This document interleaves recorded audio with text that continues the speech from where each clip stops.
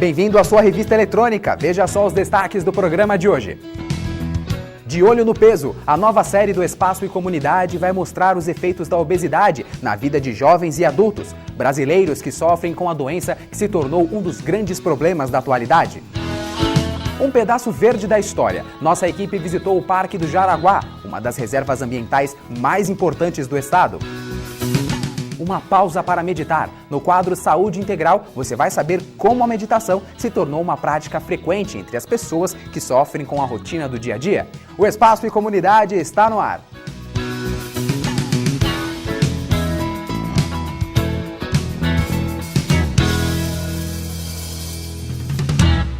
Um pedaço da Mata Atlântica em área urbana. No Parque do Jaraguá, nossa equipe passou por trilhas que dão acesso ao Pico do Jaraguá, um dos pontos mais bonitos da cidade. A reportagem é de Gláucia Salles.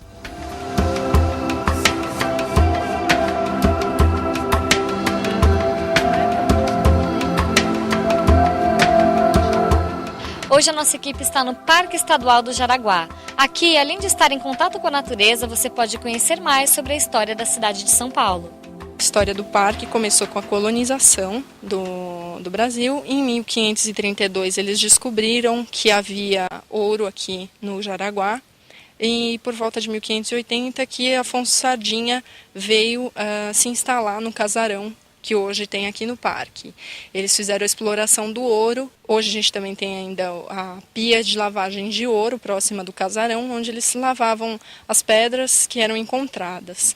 Após esse ciclo do ouro, o Jaraguá virou uma fazenda, teve várias culturas, com cana-de-açúcar, e a última que foi feita foi a de café. O parque possui aproximadamente 5.000 hectares, constituindo assim uma das últimas vegetações remanescentes da Mata Atlântica em área urbana. A trilha do silêncio foi adaptada para deficientes, idosos, deficientes e crianças podem fazer essa trilha tranquilamente. Tem a trilha do Paisé, que é um nível um pouco mais alto, aí ele sai da parte baixa do parque e vai até o pico. Esse é mais utilizado no caso do agendamento da monitoria para adolescentes, né, e os adultos que querem acompanhar e fazer essa trilha.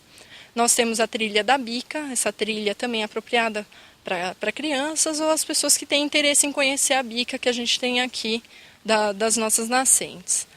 Tem a trilha do lago, que ela ainda está em andamento de adaptação para uma trilha lúdica, né? O público do parque é diversificado, já que ele oferece várias opções de lazer. Hoje tem a parte de recreação, a parte turística, onde tem o playground, tem as churrasqueiras, as lanchonetes, e tem a parte de administrativa, monitoria.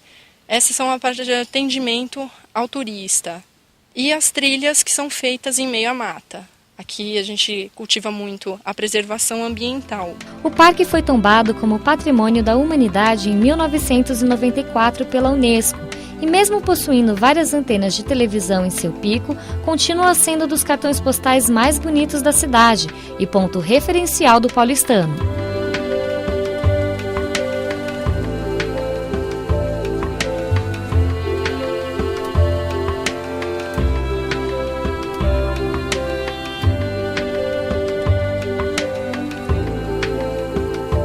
Para quem quiser conhecer o parque, é bom ir preparado, pois alguns cuidados devem ser tomados.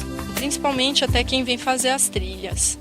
Agasalho, calça de agasalho, um moletom, tênis é essencial por conta de insetos que você pode encontrar, como as aranhas, por exemplo. Então evitar sandália, salto, que é complicadíssimo andar na trilha.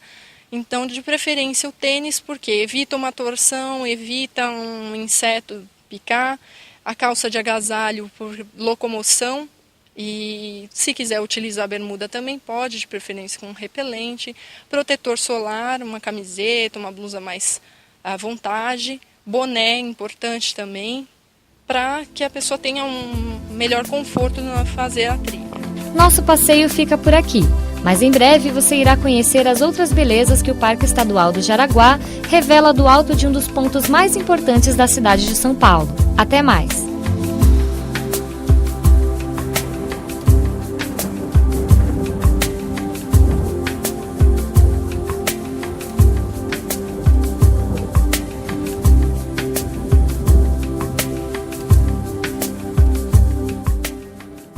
Na próxima semana, você vai acompanhar um grupo de calouros do curso de Comunicação Social que participaram de um trote legal. Eles fizeram a trilha mais difícil do parque e chegaram até o mirante do Pico do Jaraguá. Você não pode perder.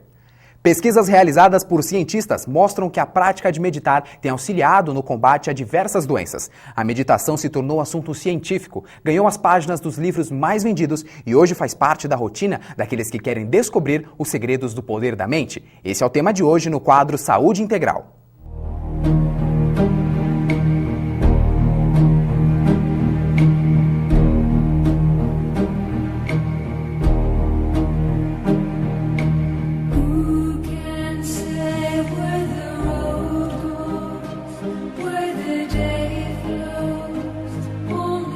Apesar de sermos geneticamente programados para uma felicidade temporária, recebemos a habilidade de reconhecer em nós mesmos um senso mais profundo e duradouro de confiança, paz e bem-estar. Só ao repousar a mente em sua consciência natural, começamos a reconhecer que não somos nossos pensamentos, nossos sentimentos e nossas percepções. Pensamentos, sentimentos e percepções são funções do corpo e a ciência moderna diz que a cura para os males humanos está dentro do próprio ser. O Saúde Integral de hoje vai falar de meditação, uma prática para relaxar o corpo e acalmar a mente em busca do equilíbrio e da paz interior.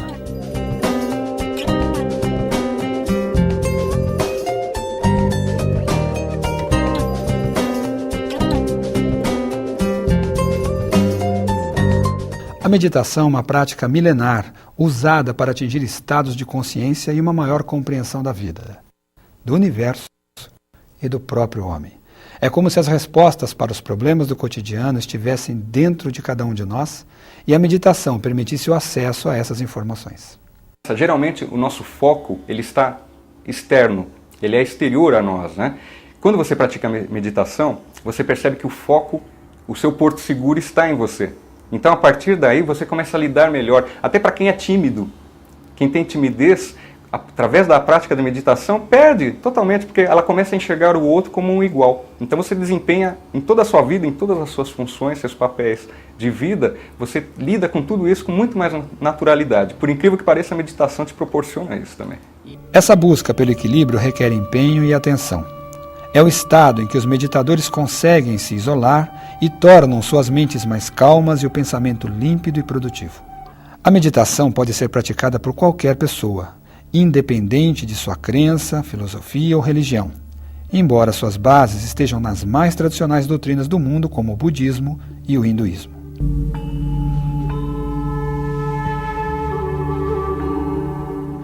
A prática livre da meditação tornou-se benéfica, auxiliando no combate a diversas psicopatologias, o que transcende o espaço entre a ciência e a religião. A ciência vem praticando a pesquisa sobre a meditação. Então nós temos, por exemplo, na Universidade de Harvard, uma pesquisa até recente, muito interessante, onde ela constatou, através de exames de neuroimagens, que os praticantes de meditação têm o córtex do lobo frontal mais espesso, mais desenvolvido que as pessoas que não praticam. O lóbulo frontal representa um papel essencial no controle de nossas emoções e se localiza na parte frontal do nosso cérebro, chegando até atrás das orelhas. As demais divisões do cérebro humano lidam com outras funções do corpo. O lóbulo parietal, localizado na lateral do cérebro, trata dos sentidos corporais e espaciais. O hipotálamo é considerado o sítio cerebral que ativa o sistema nervoso autônomo e atua nas respostas físicas, mentais e psicológicas do corpo. Já a formação reticular, na região da nuca, funciona como uma espécie de radar que atrai as informações e influências, e pode ser considerado uma das concentrações da energia humana. O nosso cérebro é constituído por cerca de 100 bilhões de células nervosas que ocupam grande parte da caixa craniana e pesa cerca de 1,3 kg. Cientistas têm colocado ali aparelhos para verificar a fisiologia e a neurofisiologia durante a prática meditativa. Então você diminui a pressão arterial, você equilibra seus batimentos cardíacos e psicologicamente você consegue manter esse padrão mais estável. Então a pessoa dificilmente entra em crise de depressão, pânico. Você consegue prevenir através da meditação. Nós temos muitos resultados positivos com isso. O córtex frontal é um dos pontos de energia vital que nutre os órgãos e os sistemas. Para os adeptos da prática meditativa, esses pontos são chamados de chakras.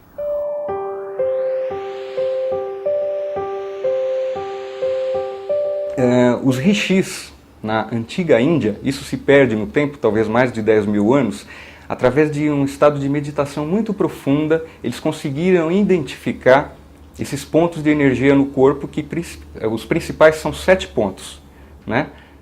E o praticante primário de meditação, talvez ele não perceba, mas à medida que ele vai aprofundando e se habituando com essa prática meditativa, ele com certeza vai começando a perceber esses pontos chakras, né, que é uma coisa abstrata, mas existem. Nós temos o chakra básico, como já dissemos, né, ele se encontra na base da espinha dorsal. Nós temos o chakra genésico, nós temos o chakra solar, o chakra cardíaco, o chakra faríngeo, o chakra mental e o chakra coronário. Seriam esses os principais chakras. Na maioria das tradições filosóficas indianas, a roda de samsara é vista como a ignorância da verdade do eu, e a mais alta felicidade em um estado além do sofrimento é o estado de nirvana.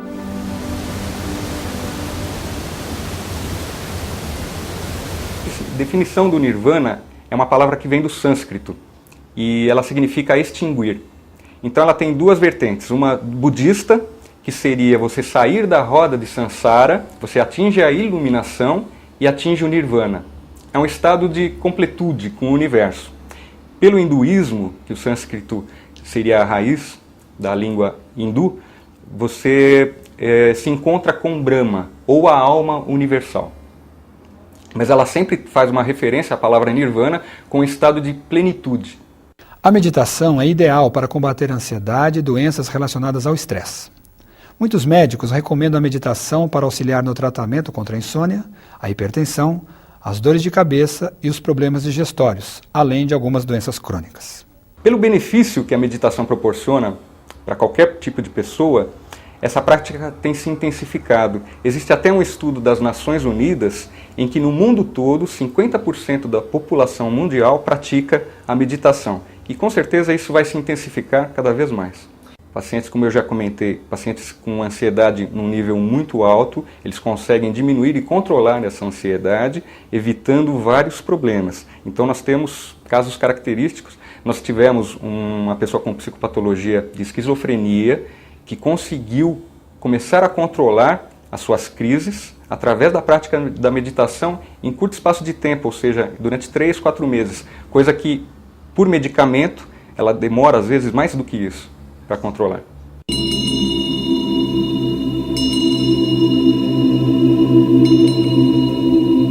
Uma das preliminares para a meditação é você observar seus pensamentos. Então, através desse papel de observador apenas dos pensamentos, você não se envolve tanto com as emoções ruins, negativas. Você aprende a lidar com elas, elas passam como se fosse um rio à sua frente. E você fica isento, né, de sofrer as penalidades de um pensamento negativo. Dessa forma você pensa positivamente com mais intensidade também. O que geralmente nós fazemos na vida comum é sofrer o impacto desses pensamentos, de uma situação em que você sofra aquele impacto de uma violência que é muito vigente nos dias de hoje. Com a meditação você consegue se isolar disso tudo. O grande desafio do meditador é participar do mundo de todas as atividades que requerem uma atenção constante, procurando manter a serenidade, a paz e a tranquilidade interior. Na época eu era fumante, hoje eu sou ex-fumante. E eu procurei uma atividade física assim, por indicação de uma médica mesmo. Aí ela falou assim, olha, como eu estava largando o vício do cigarro, né? Aí ela falou assim, olha, procuram fazer um esporte, uma yoga, uma meditação, dança, essas coisas que ajudam muito. Logo de início, assim, é muito difícil você tirar todos os pensamentos. Aí você começa a se concentrar em pontos, assim, que está acontecendo no momento. O barulho do carro, da chuva, essas coisinhas, assim, para depois você conseguir. Eu visualizo, eu sinto o cheiro, o barulho da água correndo, a cor do rio, as árvores em volta, assim, um lugar bem arborizado, assim, só que foi muito rápido.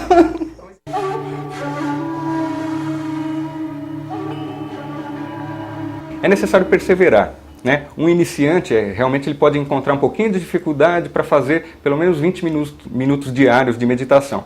Se ele está numa situação intensa, né, que exija muito dele, o nível ali de adrenalina subiu, então ele vai encontrar um pouquinho de dificuldade. O praticante mais experiente, depois que ele persiste um pouco mais, ele acostuma, se habitua. Então é como se ele viciasse na meditação, porque ela traz realmente essa sensação de paz interna. Então ele consegue se desligar, mesmo num momento de furor, né, que exija muito dele, ele consegue relaxar e manter ali o seu estado mental bem tranquilo. Você pode saber mais informações sobre meditação na página do Instituto Biomente. Acesse www.biomente.com.br. No próximo programa falaremos sobre biocibernética bucal. Até o próximo Saúde Integral.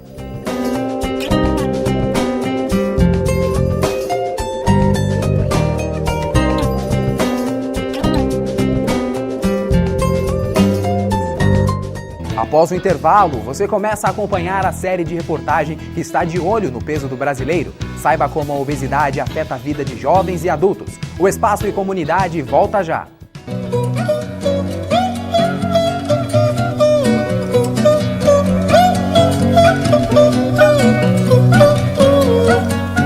O Brasil não é só verde, anil e amarelo. O Brasil também é cor de rosa e carvão. Patrimônio de Antônio, anônimo nômade, homem que rompe Adão com facão. Seu Zé tá pensando em boa. Para chegar à condição de universidade, uma instituição de ensino tem que trilhar um longo caminho. Depois de elevada a essa condição, deve dedicar-se, além de um ensino de altíssima qualidade, a grandes investimentos em pesquisas. Pesquisas que possam mudar o rumo da história. É exatamente isso que a Universidade Guarulhos, a nossa UNG, vem fazendo nos últimos 36 anos.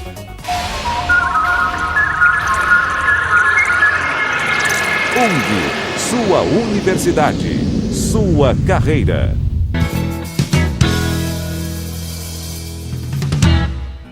Vamos chamar pras cubas, pra dançar quadrilha, pra subir pra Cuba, com toda a família. Se encontrarmos Judas, celebrando Budas, perfilamos mulas pra balar Belém. Seu Zé tá tangendo boi e a porteira cerrou. A partir de hoje, o Espaço e Comunidade estará de olho no peso. A nova série de reportagem mostra como o excesso de peso afeta a qualidade de vida dos brasileiros e como é importante largar o sedentarismo.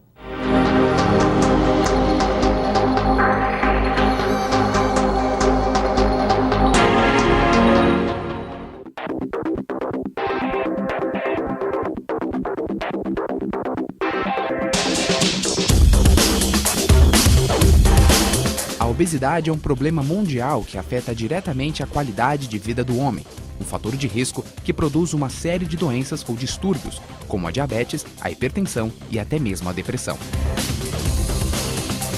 Uma doença que é caracterizada pelo acúmulo de gordura corporal associada a problemas de saúde. Mas qual seria a razão deste acúmulo de gordura no corpo? A má alimentação, vida sedentária ou os fatores genéticos? Com o avanço da medicina, cresce o número de conhecimentos científicos que apontam quais os mecanismos que fazem o homem ganhar peso. A obesidade é uma doença multifatorial, né? Então ela tem uma causa genética e ela tem uma causa endócrina, né? E também pode ter uma causa do ambiente. Então, do ambiente seria uma alimentação desequilibrada, excessiva tanto em volume como qualidade, o excesso do consumo de açúcares, gorduras e assim por diante.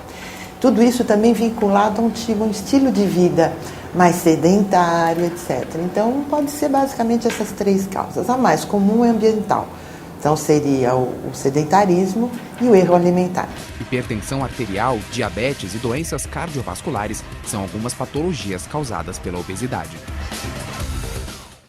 Entre crianças e adolescentes, o número de jovens acima do peso cresce cada vez mais, uma realidade que se torna mais comum entre meninos e meninas de todo o Brasil. O sedentarismo seria o grande vilão? A criança hoje está mais presa, então a gente tem uma diminuição na atividade física, desde a escola até as atividades fora da escola, atividade dentro de casa, que é computador, lição e TV. Então a criança diminuiu muito o seu gasto energético. E, paralelamente a isso, aumentou o consumo de alimentos industrializados, que são ricos em açúcares simples e gorduras, principalmente saturadas, a gordura trans. Então, toda essa inversão de atividade para uma inatividade e o consumo de alimentos mais industrializados, mais processados, né, isso gera um início da obesidade infantil. Não é fácil para um jovem lidar com o preconceito por consequência da obesidade. Muitos são excluídos do grupo de amigos e acabam tendo que procurar ajuda terapêutica para lidar com o problema. Geralmente o adolescente, quando ele começa a se perceber diferente e começa a ser chamado nomes característicos, né, que eles começam a falar, ao mudar o nome da pessoa, nem chamam pelo nome, começa a chamar de baleia, disso e aquilo, então esse adolescente ele tende a fugir. Então, muitos deles acabam se afastando um pouco desse convívio social, começa a se isolar. E quanto mais ele se isola, mais ele se envolve com o alimento. A participação da família neste momento difícil é fundamental. Então vamos supor assim que os pais eles funcionam como um modelo. Se os pais desde pequeno eles já foram orientando as crianças em relação ao alimento, alimentos que ele pode comer, que eles não podem comer, ou alimentos que ele pode comer, mas uma quantidade menor, e se os próprios pais têm esse hábito alimentar, sabe, os pais assim que eles se preocupam, ele vai comprar um alimento no mercado, ele está olhando lá o que contém, o que não contém, né, os produtos químicos que contém são nocivos à saúde, não. Então a criança também ele pode começar daqui a pouco eles aprenderem isso. Começar a aprender e verificar e começar a se alimentar de uma forma correta. Mas isso é uma discussão que os pais vão fazendo continuamente, mas os pais têm que fazer isso. Facilita muito esse trabalho quando os pais eles conseguem ter frente aos filhos um controle. Então os pais, quando eles colocam limites, né, o que é certo, o que é errado, quando os pais têm essa facilidade de colocar limites, isso vai facilitar muito mais ainda quando vai lidar com um padrão alimentar. No universo dos adultos, principalmente entre as mulheres, uma das formas de emagrecimento mais desejada é a cirurgia de redução de estômago. É um tratamento agressivo para a obesidade, mas dependendo das condições desse indivíduo, então um indivíduo que está com um excesso de peso associado ao colesterol alto, que está associado à hipertensão, ao diabetes, então é um tratamento, né? Nós estamos vendo, são vários casos, tem pessoas que, depois de 3 meses já diminuíram a pressão, o diabetes, o colesterol já normalizou tudo, mas tem que ficar claro que é um tratamento agressivo, é toda uma reeducação alimentar que às vezes o próprio paciente não está preparado psicologicamente para começar a diminuir, reduzir tanto o seu consumo. A cirurgia é uma alternativa que necessita de acompanhamento psicológico e nutricional no pré e no pós-operatório. O tratamento que deveria ser feito, muitas vezes não é, teria que mostrar para o cliente quais as consequências de qualquer tipo de cirurgia para redução do estômago, ou desvio, ou outro tipo de cirurgia, quais as consequências que o indivíduo vai ter após. Que imagina uma pessoa que está acostumada a comer X comida, tais padrões de comida, e depois que ela faz cirurgia ela não pode mais. Então ele tem que saber que ele vai participar de alguma coisa, de uma cirurgia, na qual vai ter uma mudança, e que essa mudança não vai ser de um dia para outro, vai ser alguma coisa que vai ficar para a vida toda dele. Ele vai ter que acompanhar isso. Mas nem sempre o resultado é o que se espera. Alguns pacientes submetidos à redução de estômago, após 5 anos, apresentam um novo ganho de peso. Segundo dados do Hospital das Clínicas, entre os pacientes pesquisados, 58,5% ganharam 10 quilos, 36,6% conseguiram engordar 20 quilos. 13,2% dos pacientes engordaram 30 quilos e somente 7,84% dos pacientes mantiveram o peso ideal. Uma prova de que para manter a qualidade de vida é necessária uma reeducação nos hábitos alimentares e atividades físicas que evitem o sedentarismo. No próximo De Olho no Peso, você vai conhecer o efeito que os remédios para emagrecer causam no organismo humano e saber por que é tão importante levar uma vida saudável. De acordo com a Associação Americana para o Avanço da Ciência, o número de crianças obesas no mundo já é o dobro do número de desnutridas. A ONG oferece atendimento gratuito para crianças entre 7 e 10 anos, através do GOAMI, Grupo de Obesidade Multidisciplinar Infantil. Você pode saber mais informações na página da ONG na internet. Veja agora quais são os destaques da semana no Guia Cultural.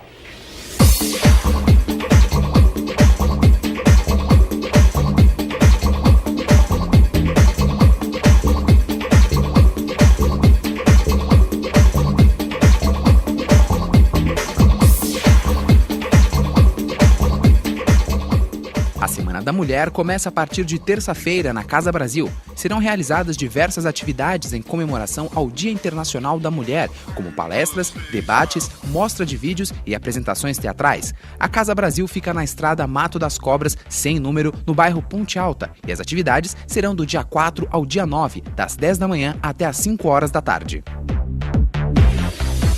O primeiro intervalo cultural de 2008 contará com o show de música instrumental do guitarrista e compositor Armando Leite. O show promete agradar os amantes da guitarra com belos solos e melodias interessantes. Será na quarta-feira, dia 5, às 8 horas da noite, no Teatro Adamastor do Centro. Com destaque para percussão étnica, instrumentos e influências de várias culturas musicais, o grupo Ana Moreira e a companhia Alaire apresentam um espetáculo de dança flamenca. A apresentação faz parte do projeto Espaço e Arte. Será na quinta, dia 6, às 8 horas da noite, no Teatro Adamastor do Centro.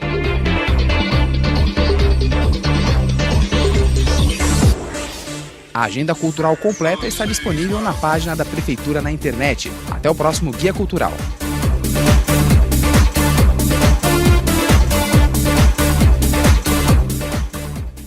O Em Exposição de hoje mostrou fotos sobre a vida e a obra do escritor Josué de Castro. Esse trabalho faz parte do projeto Memória, uma parceria entre o Banco do Brasil e a Petrobras, que resgata a história de grandes personalidades do nosso país.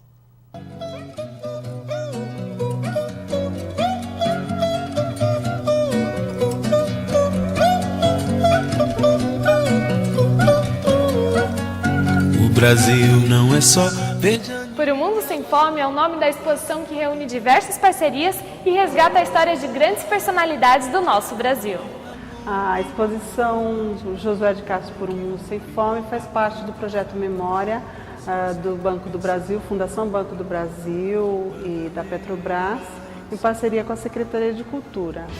O projeto Memória ele traz sempre exposições que mostram personalidades brasileiras muito pouco conhecidas pelo público em geral.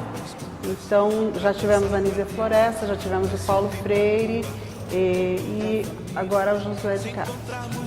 Celebrando Budas, perfilamos mulas pra balar Belém. Seu Zé tá tangendo boi e a porteira... Josué de Castro ele foi médico e antropólogo, e foi uma das primeiras pessoas a apontar a fome como um problema social e não só um problema da família, né?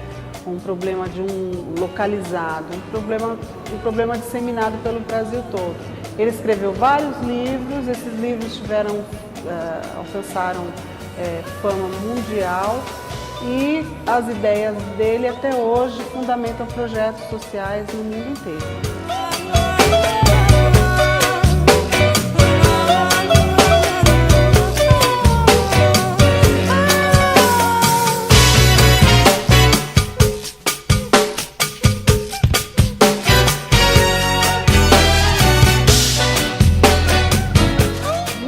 Maneira, ele já faz a diferença no mundo de hoje, porque ele fundamenta o projeto, por exemplo, do Betinho, do Fome Zero, todos esses projetos que visam acabar com as desigualdades sociais têm origem no trabalho, são fundamentados no trabalho de Josué de Castro, de pesquisa e de um trabalho acadêmico dele.